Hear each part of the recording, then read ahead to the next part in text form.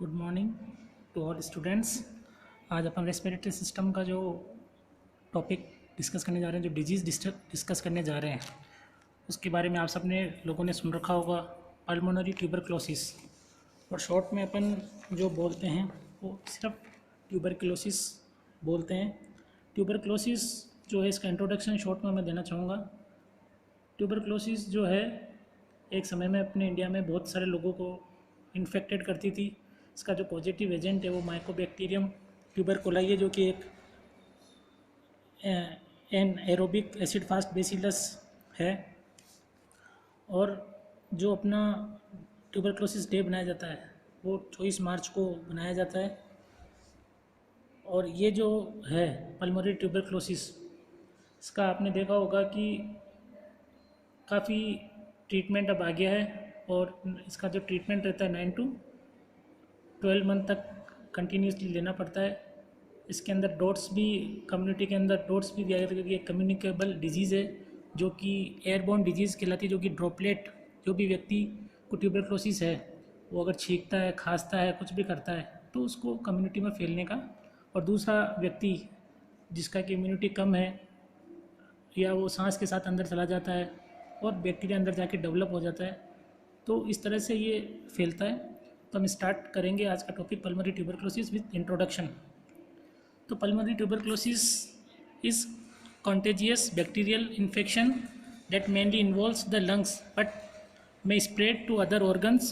It is an airborne infection. Most infections do not have symptoms known as latent tuberculosis. About 1 in 10 latent infections eventually progress to active disease. Means कि ज़रूरी नहीं है कि contact में आए हैं तो डिजीज़ होगी। जब अगर डिजीज़ नहीं हो रही है तो उसको क्या बोलेंगे, latent tuberculosis. But latent tuberculosis में से भी 10 अगर केस है लेटेंट ट्यूबरक्लोसिस के, तो उसमें से एक चांस रहता है एक एक्टिव पल्मोनरी ट्यूबरक्लोसिस में कन्वर्ट होने का, तो प्रोग्रेस हो जाएगा उधर। डेफिनेशन की अगर बात करते हैं तो बहुत शॉर्ट में है कि pulmonary tuberculosis is a communicable disease caused by mycobacterium tuberculosis and aerobic acid fast bacillus. Aetiology की अगर अपन बात करें तो इसका जो मेन पॉजिटिव एजेंट है पल्मोनरी ट्यूबरक्लोसिस का वो है माइकोबैक्टीरियम ट्यूबरक्युलाई या mycobacterium tuberculosis and aerobic acid fast bacillus. इसके अलावा रिस्क फैक्टर इसके बहुत सारे हैं। There are lot of risk factors of pulmonary tuberculosis. Like first, close contact with someone who has active tuberculosis. अगर हम उस व्यक्ति के कॉन्टैक्ट में जा रहे हैं जो कि जिसको ऑलरेडी ट्यूबरक्लोसिस है, एक्टिव ट्यूबरक्लोसिस है, क्योंकि ये किससे फैलता है, ड्रॉपलेट से, एयरबोर्न डिजीज़ है, तो वहाँ पे पूरा चांस रहेगा कि अगर अपन क्लोज कॉन्टैक्ट में आ रहे हैं। इसलिए जो भी पल्मोनरी ट्यूबरक्लोसिस से लोग हैं उनको हमेशा मुंह को कवर करके रखना चाहिए, उनके स्पुटम को गार्ड देना चाहिए, हैंड वॉशिंग प्रॉपर करवानी चाहिए।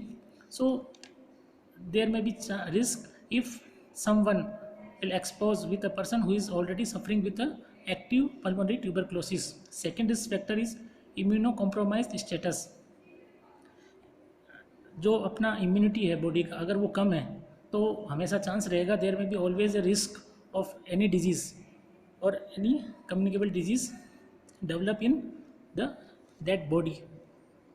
तो कुछ स्थितियां हैं, स्टेटस है जो कि मैं बताना चाहूँगा, जैसे HIV इन्फेक्शन है, कैंसर है, ट्रांसप्लांटेड ऑर्गन है, prolonged high dose corticosteroid therapy. ये सब ऐसी कंडीशंस है जो कि जिनमें इम्यूनिटी जो है बॉडी की, ह्यूमन बॉडी की, वो कम हो जाती है और वो जो बॉडी है वो ससेप्टिबल रहती है किसी भी डिजीज़ के लिए।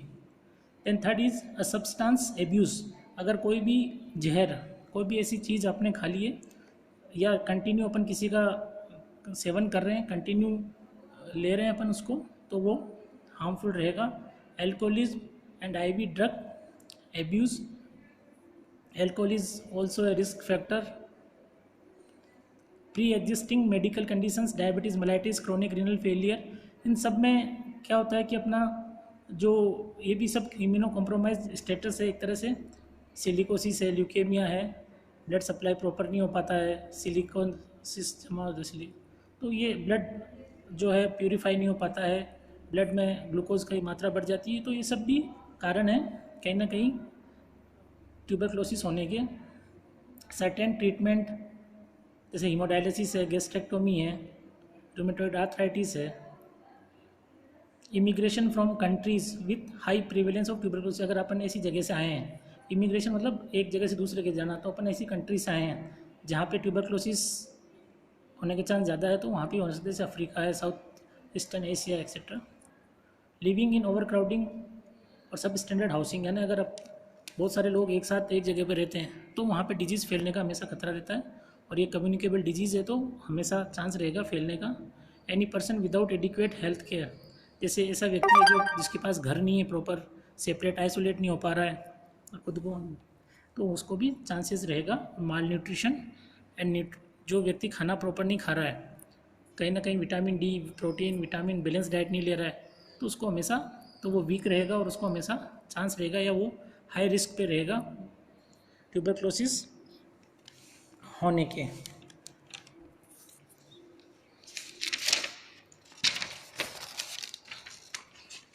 इसके अलावा तो ये सब क्या है, ये सब all these are the risk factors of pulmonary tuberculosis. अगर अपन पैथोफिजियोलॉजी की बात करें तो पैथोफिजियोलॉजी में क्या होता है कि इन्हें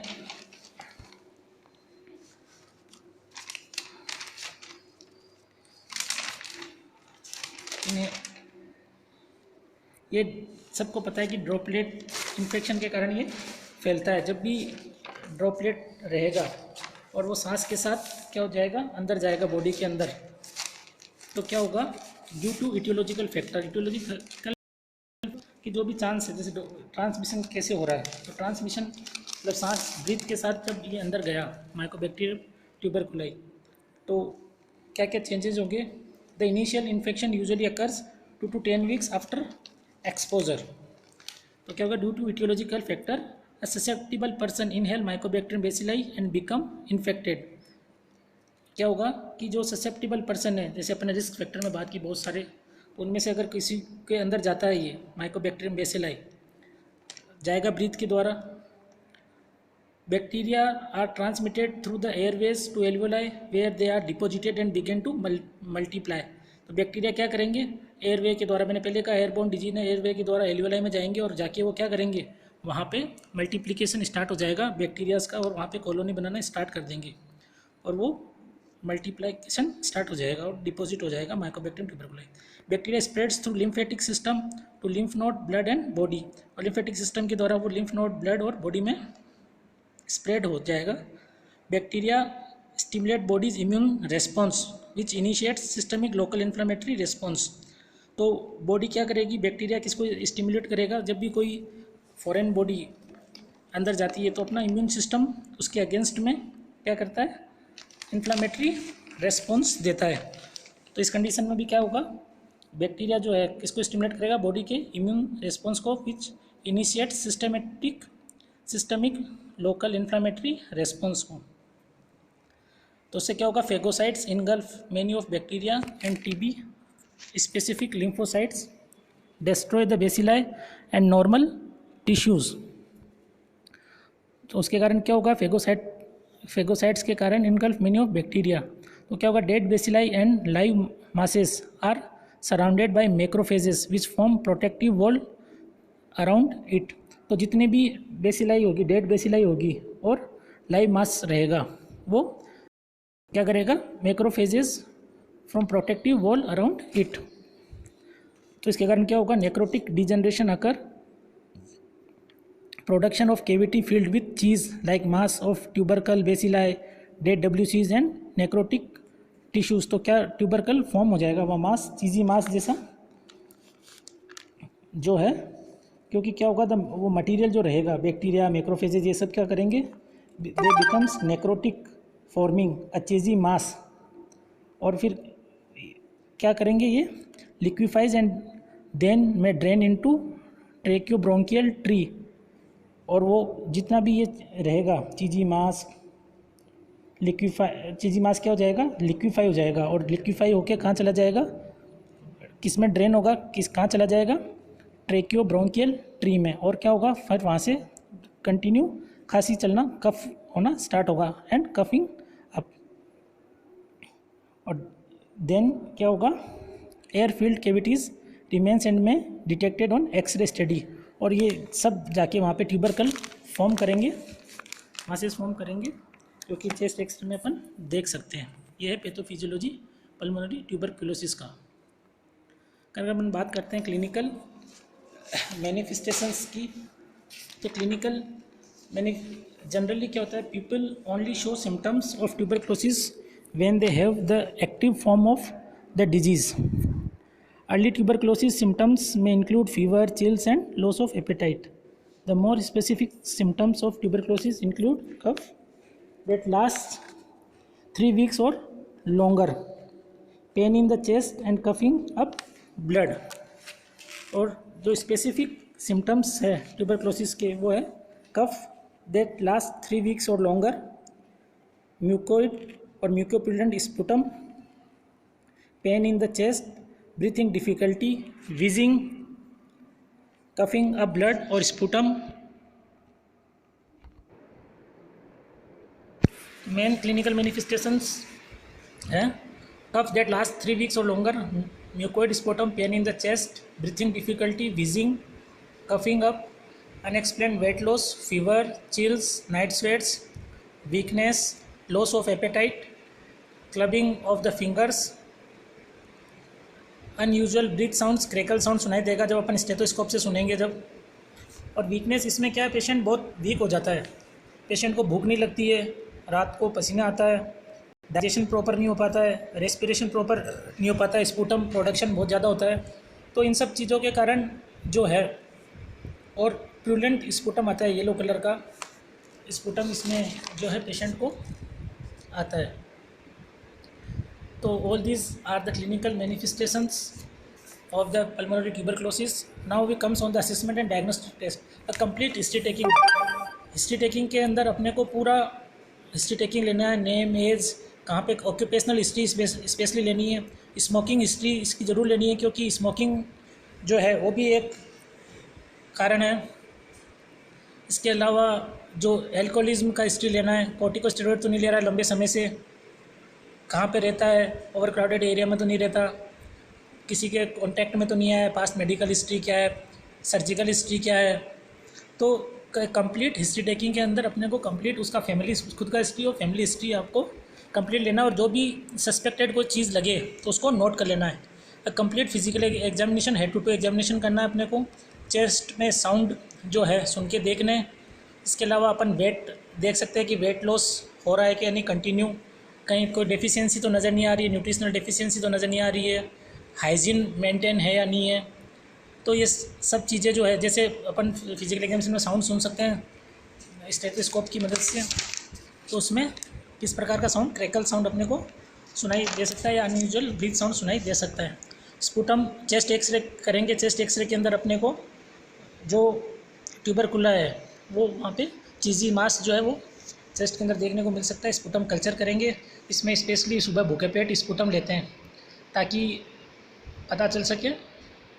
acid fast specialist Miller examine करेंगे, ट्यूबरकुलिन स्किन टेस्ट करेंगे। ट्यूबरकुलिन स्किन टेस्ट कैसे करते हैं, स्किन के अंदर स्किन में पीपीडी जो है वो क्या करेंगे, एडमिनिस्टर करेंगे, और फिर वहाँ पे सर जो मॉन्टेक स्किन टेस्ट है, जो क्या जिसको अपन क्या बोलते हैं पीपीडी टेस्ट, पीपीडी के द्वारा करते हैं।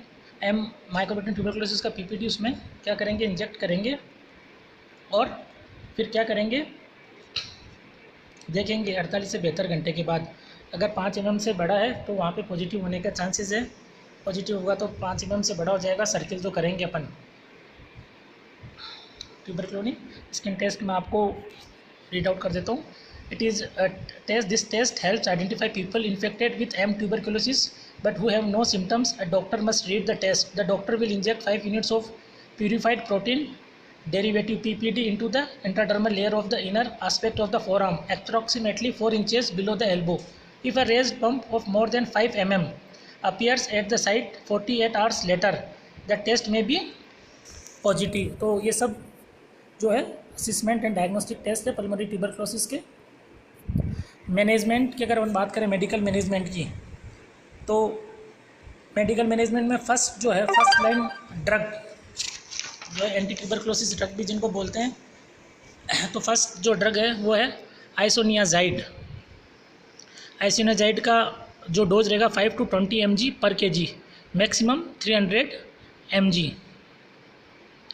रिफाम्पिसिन जो रहेगा 10 to 20 mg पर kg, maximum 600 mg। पायरजिनामाइड 15 to 30 mg पर kg डेली, अगर डिवाइडेड डोज में दे रहे हैं 2 और 3 टाइम्स दे रहे हैं तो 50 to 70 mg पर kg। अगर डेली दे रहे हैं, एक ही बार में दे रहे हैं तो मैक्सिमम 2 ग्राम पायरजिनामाइड का डोज रहेगा, और अगर 2 to 3 टाइम्स दे रहे हैं तो मैक्सिमम 4 ग्राम तक दे सकते हैं। एथाम्ब्यूटल अगर एक ही बार दे रहे हैं, 1 इन a day, then 15 to 25 mg पर kg। पर अगर कब दे रहे हैं, डिवाइडेड डोज में दे रहे हैं 2 और 3 टाइम्स वीक दे रहे हैं तो 20 to 30 mg पर kg दे सकते हैं। इसका एथाम्ब्यूटल का एक साइड इफेक्ट है optic neuritis. Streptomycin next drug है 15 to 20 mg पर kg। ये जो है एंटी ट्यूबरकुलिन ड्रग भी बोलते हैं, जैसे isoniazid, rifampicin, pyrazinamide, ethambutol and streptomycin. Now the second line drugs. Second line agents are used by specialist in certain situation. अगर क्या होगा कि लोग कई बार बीच में छोड़ देते हैं, कंटिन्यू नहीं लेते ट्रीटमेंट, तो रेजिस्टेंस हो जाता है body, MDR multiple drug resistance वाला केस होता है, इंटॉलरेंस ड्रग से नहीं हो पाता है। तो इस केस में अपन क्या देते हैं, दैट इंक्लूड अमाइकासिन,